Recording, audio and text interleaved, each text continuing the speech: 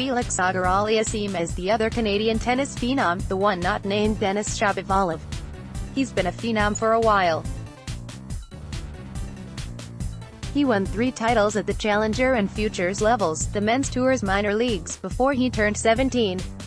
Novak Djokovic did that, and Juan Martín del Potro did that, and Richard Gasquet did that, but nobody else has. At 17, he became the youngest player to break into the ATP top 200 since Rafael Nadal did it, in 2002. Now, at 18, Auger-Aliassime, that's Auge-Aliassime, is the youngest player in the top 100 on the men's tour. And, on Saturday, in the biggest win of his young career, he defeated the 20-year-old Stefanos Tsitsipas, the rising star from Greece with the Borg-like tangle of sun-bleached hair, in straight, efficient sets, 6-4, 6-2, as the name and its pronunciation suggest. Auger-Aliassime is French-Canadian. He grew up in Longchamp-Lorette, a suburb of Quebec City. His mother is Quebecoise. His father, a tennis coach who began training Félix at age 4, immigrated to Canada from Togo. Canada's recent success in men's tennis owes something to its welcoming immigration policies. Milos Raonic, the highest-ranking men's singles player in Canadian history, is the son of Serbian engineers. The parents of Osip Pospisil, who reached the top 5 in doubles in 2015, fled communist Czechoslovakia for Austria before making their way to Canada, in 1989. Denis Shapovalov's mother, who had played for the national team of the Soviet Union, arrived in Canada with baby Denis, his older brother, and her husband, from Tel Aviv.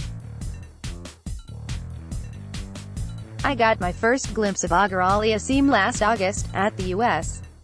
Open. He'd made his way through several days of qualifiers to earn a spot in the main draw, and, in the first round, he drew Shapovalov.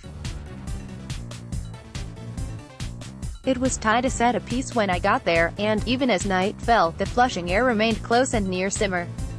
2 games into the third set, Auger-Aliassime lay down on the court and signaled for a trainer. He felt fate, it turned out, and couldn't stop his heart from racing.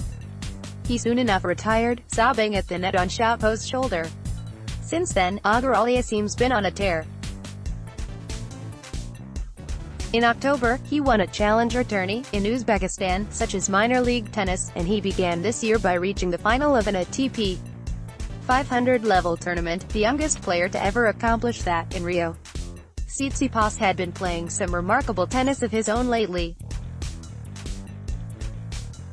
He reached the semi-finals of the Australian Open, defeating Roger Federer along the way.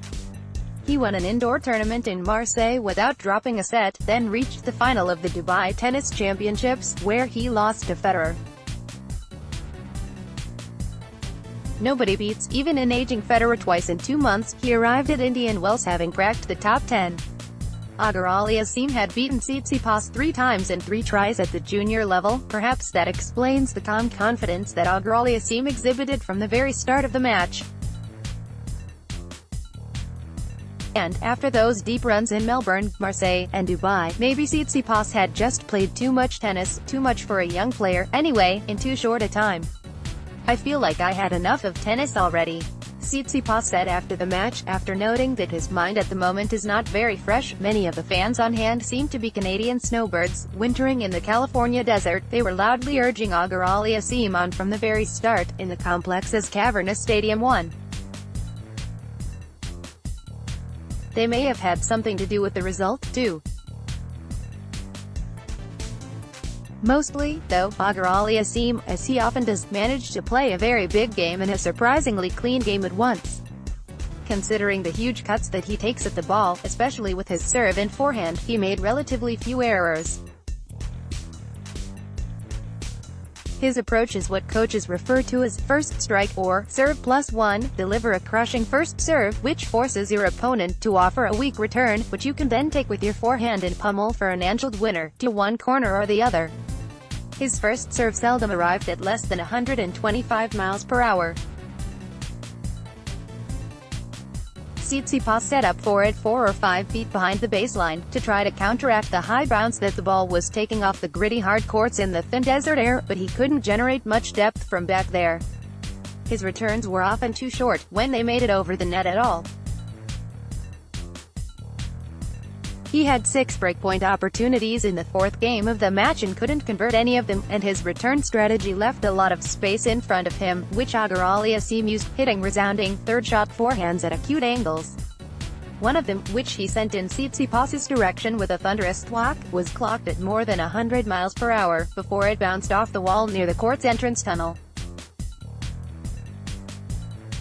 That was the penultimate point of the match. Auger-Aliassime sealed his victory with a serve that never came back. Auger-Aliassime is 6 feet 3. His high fade makes him seem even taller, and, if it's possible, younger. He is delicately handsome, and, as he spoke with reporters after the match, his voice was soft, his smile easy and wide. Still, he was firm enough about the tennis he had played. "I was able to be pretty aggressive," he said. "That's my style of play. I try to impose myself.